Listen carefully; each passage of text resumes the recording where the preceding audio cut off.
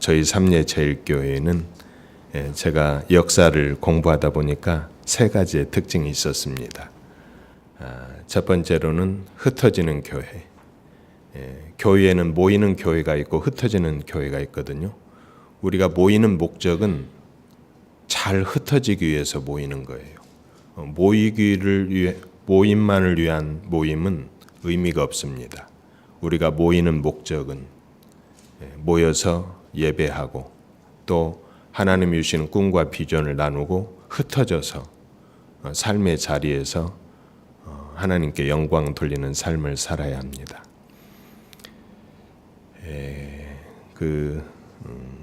루터 올리버 맥쿠첸이라고 하는 그 선교사님이 저희 삼례 지역의 저희 교회를 설립할 때 아마 이런 꿈을 가지고 계셨는 것 같아요. 여기가 교통 요충지거든요. 삼례 비비정에 올라가서 보면 온통 이 도로하고 물길로 둘러싸여 있어요. 삼례가 옛날부터 이 만경강을 중심으로 한 물길이 발달되어 있고요. 또 이제 이 전라북도 지역을 관장하는 그 찰방이 삼례 지역에 있어서 이 삼례는 이제 넓은 이 들과 더불어 교통 요충지였습니다. 조선 시대의 10대 도로 가운데 2개의 도로가 삼례에서 여기 남원 함양으로 해서 통영으로 빠지는 이 도로, 그다음에 이 정읍으로 해서 해남 그리고 저기 제주도까지 연결되는 그 삼남대로가 이 삼례에서 이제 나눠지게 됩니다. 역참 제도가 있던 시절에는 그 역참을 총관장하는 찰방이 삼례에 있었어요. 그러다 보니까 그 일제 수탈도 심했고요.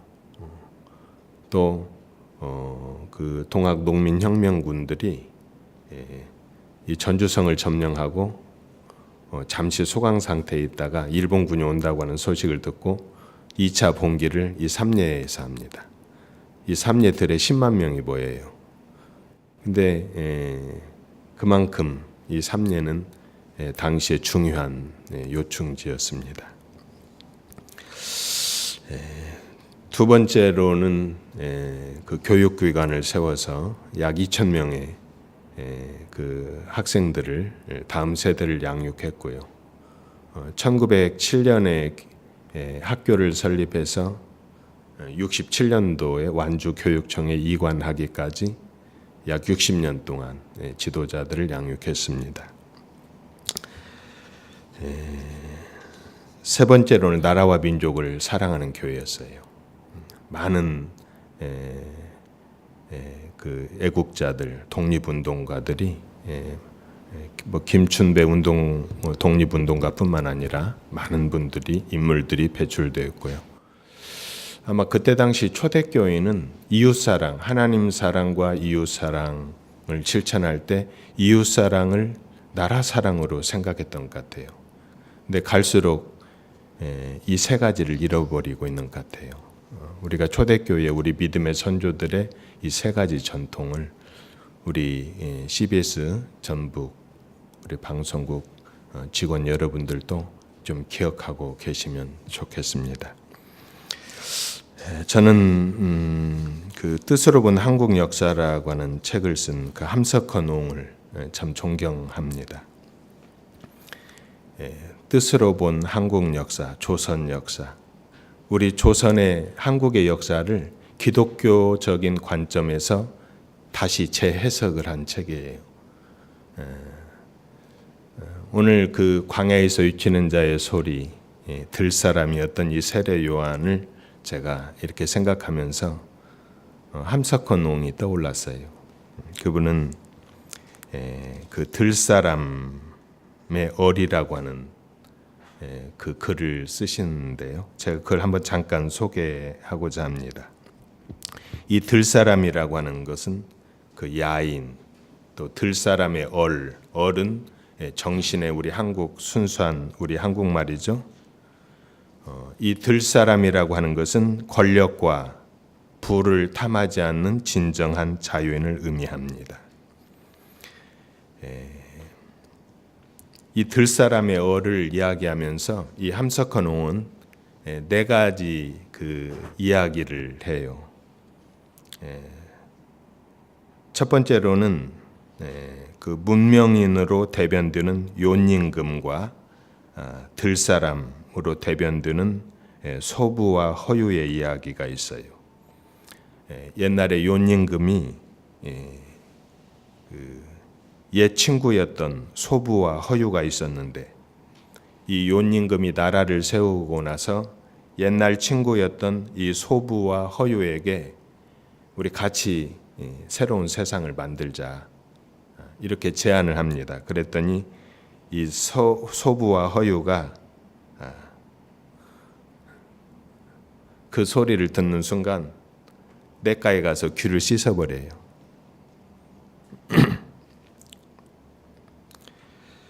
다시 말하면 거부한 거예요. 나는 문명인으로 사는 것보다 자유인으로 살겠다는 거죠. 또 두 번째 이야기는 그 초왕과 들사람 장자 이야기가 있어요. 이것도 마찬가지. 장자가 그 초왕의 신하로 그 초청을 받았는데 이 장자는 이 초왕의 제안에 대하여 이 권력과 부는 나에게 주어진 자유와 자유를 억압하는 것이라고 거절해요. 또 세 번째 일화는 알렉산더와 디오게네스의 그 유명한 이야기를 예를 들어요. 알렉산더 대왕이 그 견유학파의 대표적이었던 디오게네스 통 하나 굴리면서 이렇게 청빈하게 자기의 철학을 추구했던 사람인데 무엇을 해주기를 원하느냐 이렇게 물으니까 그 자리를 좀 비켜달라고 요구합니다. 햇빛에 가려서 내가 불편하니까 자리를 비켜주는 것이 내가 원하는 것입니다. 권력에 주눅들지 않는 자유인의 모습이죠. 네 번째로는 광무제와 엄자능 이야기가 나와요.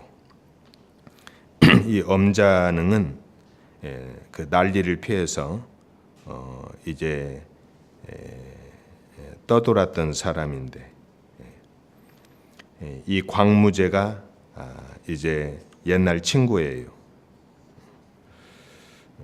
그를 불렀어요. 그러니까 이 사람이 산속으로 도망가요. 그리고 밭을 갈고 낚시질로 소일했다고 그래요. 과거에는 친구였지만 한 사람은 나라를 세우고 한 사람은 농부로 자유롭게 사는데 새로운 세상을 열자고 벼슬길을 제안할 때 과감하게 거부하는 이 자유인. 이게 바로 들사람이에요. 들사람의 얼, 들사람의 정신. 그러니까 인류의 역사는 그 문명인들, 권력자들, 그들에 의해서 역사가 진행되는 것 같지만 이 함석헌 옹의 말에 의하면 그것이 아니라 시대의 정신을 이끌어가는 것은 들사람이라는 거예요.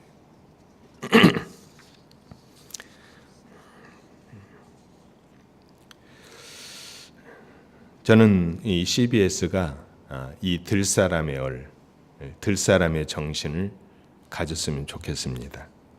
우리가 추구해야 할 정신인 것 같아요. 우리가 과거에 성경에 사울 왕의 그 학정과 박해가 심했던 시절에 다윗은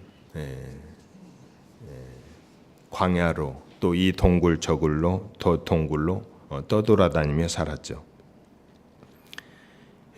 그때 이 사울 왕의 학정에 소위 말하는 이 제도권에서 소유받고 쫓겨났던 억울했던 사람들, 빚진 사람들, 원통한 사람들, 오늘날로 말하면 들사람들이에요.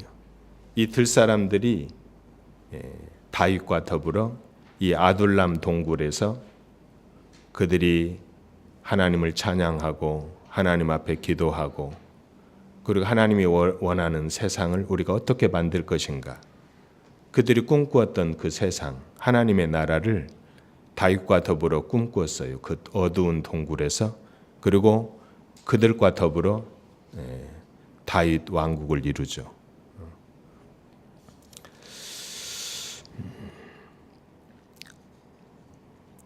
우리는 이 권력이나 부나 그리고 명예 이런 것에 초연한 자유인 이 들사람의 얼과 정신. 성경에는 이 들사람의 소리, 바로 광야에서 위치는 자의 소리라고 하는 이름을 가진 세례 요한이 등장합니다. 이미 이사야 선지자를 통해서 이 세례 요한은 예언되고 있죠. 위치는 자의 소리여 이르되 너희는 광야에서 여호와의 길을 예비하라. 사막에서 우리 하나님의 대로를 평탄하게 하라. 골짜기마다 도두어지며 산마다 언덕마다 낮아지며 고르지 아니한 곳이 평탄하게 되며 험한 곳이 평지가 될 것이요 여호와의 영광이 나타나고 모든 육체가 그것을 함께 보리라. 이는 여호와의 입이 말씀하셨느니라. 오늘 본문의 말씀이기도 하고 이사야 40장 3절에서 5절의 말씀이기도 해요. 다시 말하면 여호와의 길, 메시아의 길, 예수 그리스도의 길을 예비하기 위하여 세례 요한은 광야에 위치는 자의 소리로 등장하게 됩니다. 그의 메시지는 이거였어요. 골짜기가 도두어 평지가 되고 산과 언덕을 낮게 만들어 길을 닫고 평탄하게 하여 하나님의 길, 메시아의 대로를 연 사람이 세례 요한이에요. 이 광야에서 위치는 자의 소리가 온 유다에 굉장한 울림이 되고 수많은 사람들이 세례 요한에게 세례를 받기 위하여 광야로 몰려듭니다.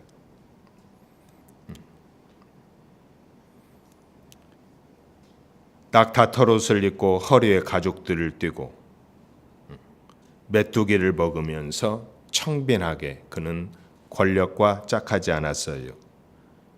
제사장의 가문에서 안정되고 보장된 제사장직을 떠나서 빈들로 나갔어요.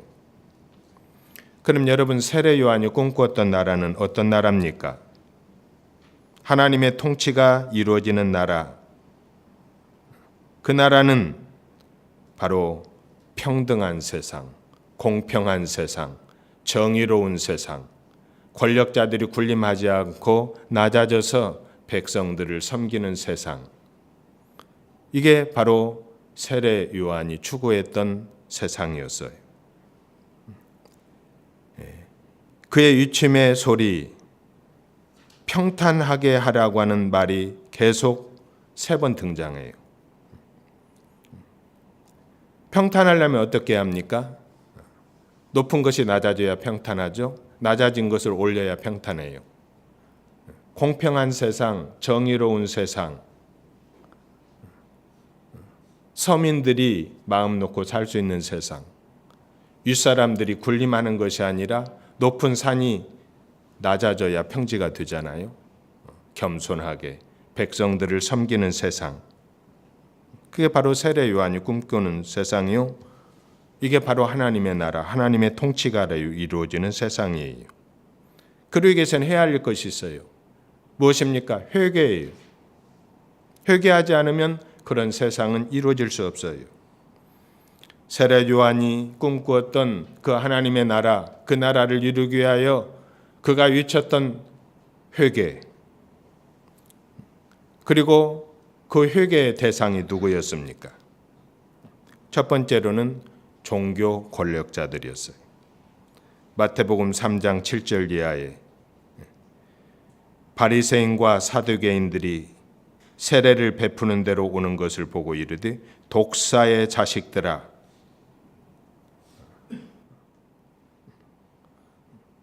임박한 진노를 피하려 하더냐? 그러므로 회개에 합당한 열매를 맺고 속으로 아브라함이 우리 조상이라고 생각하지 말라. 내가 너희에게 이르노니 하나님이 능히 이 돌들로 아브라함의 자손이 되게 하시리라. 도끼가 나무의 뿌리에 놓였으니 좋은 열매를 맺지 않은 나무마다 찍어 불에 던지리라. 속으로 아브라함의 자손이라 하지 말라. 이 돌들로도 아브라함의 자손이 되게 하시리라. 그들은 아브라함의 자손이라고 하는 특권의식, 그것이 그들의 죄를 정당화시켜주지 못한다는 거예요.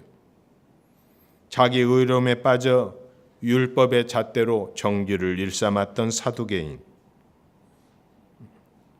바리새인, 권력과 결탁에서 부와 명예를 누렸던 사두개인. 여러분, 오늘날 사두개인과 바리새인이 누구예요?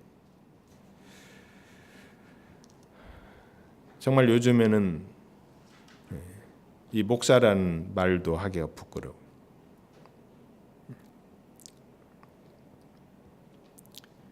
과거의 군사 독재 시절 그들과 야합했던 기독교 지도자들, 세습을 통하여 목회를 대물림하는 목회자들, 주님 핏값 주고 사신 교회를 사유하는 목사들, 그들을 향하여 회개를 유치해야 돼요. 기독교 방송이 그들을 향하여 회개를 촉구하는 광야의 소리가 되어야 돼요. 저는 지난 2월 남한산성 영성수련원의 영락교회에서 운영하는 영성수련회 목회자 영성수련회 다녀왔어요. 거기 가면 한경진 목사님이 은퇴하고 사셨던 초막 같은 작은 집이 있어요. 그분이 쓰시던 모든 기구들 정말 소박하고 초라한 것들이었어요. 대교회에서 목회를 하셨지만 스스로 가난을 선택하셨어요. 청빈의 삶의 모범을 보여주셨어요. 이제 그런 어른들이 없어요.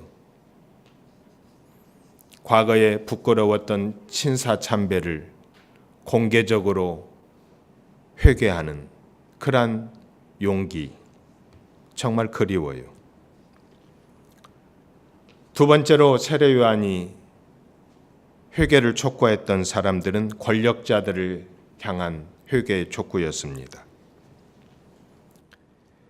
이 누가복음 3장 19절 이하에 보면 분봉왕 헤롯은 그의 동생의 아내 헤로디아의 일과 또 자기가 행한 모든 악한 일로 말미암아 요한에게 책망을 받고 그 위에 한 가지 악을 더하여 요한을 옥에 가두니라. 권력자들의 부당하고 부도덕한 행위에 대하여 회개를 촉구하니까 죄를 한 가지 더해서 뒤집어 씌워서 옥에 가두었어요.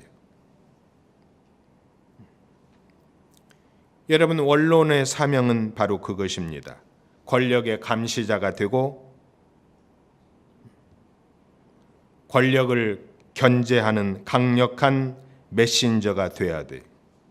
우리 기독교 방송은 과거 군사 독재 시절 권력의 횡포에 맞서서 끝까지 정의와 진리를 지킨 전통을 가지고 있어요. 그래서 국민들이 기독교 방송을 들으면서 답답함을 풀었고 80년 광주 민주화 시절 모든 국민은 기독교 방송을 통해서 진실을 알았어요. 부패한 권력자와 재벌편에 서서 그들의 이익을 대변하는 언론도 우리 한국에 많이 존재합니다. 광야에 유치는 자의 소리였던 이 세례 요한, 헤롯의 권력 앞에서 그들의 부도덕함을 책망하고 회개를 촉구하다가 고난을 당했던 이 세례 요한의 이 영성, 이 정신, 기독교 방송이 계속 이어가시기를 바랍니다.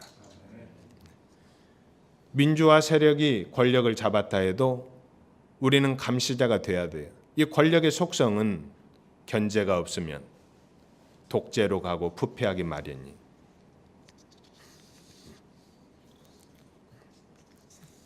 두 번째로는 세리를 향하여 부과된 것 위에 거두지 말라고 촉구합니다.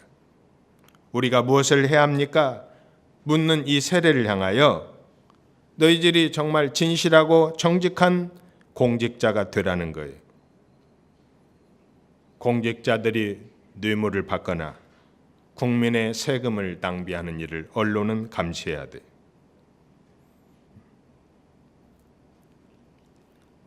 당시에 이 세금의 구조는 마치 하청업자들에게 합청을 주듯이 위계층에 있는 사람들이 로마의 권력에 가서 이 조세권을 따내요.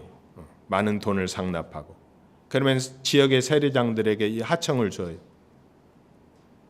몇 단계의 거치를 거치면서 세금은 더 커지고 서민들의 아픔과 고통은 더 무거워져요.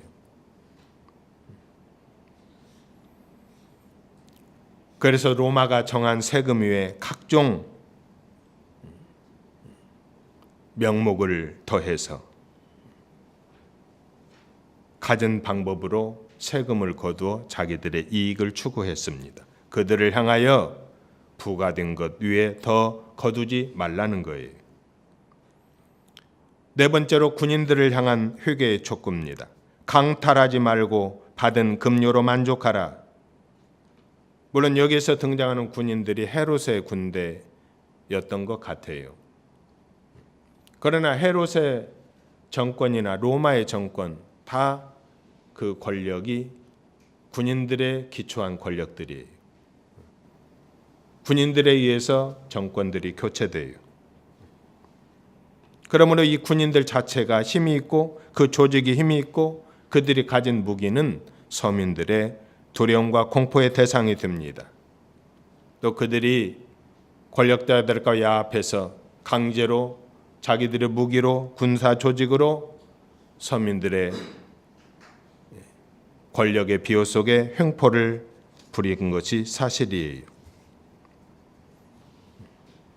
세례 요한은 군인들을 향하여 군사력으로 권력자들과 야합해서 서민들의 재산을 강탈하지 말고 받은 급료로 만족하라는 거예요.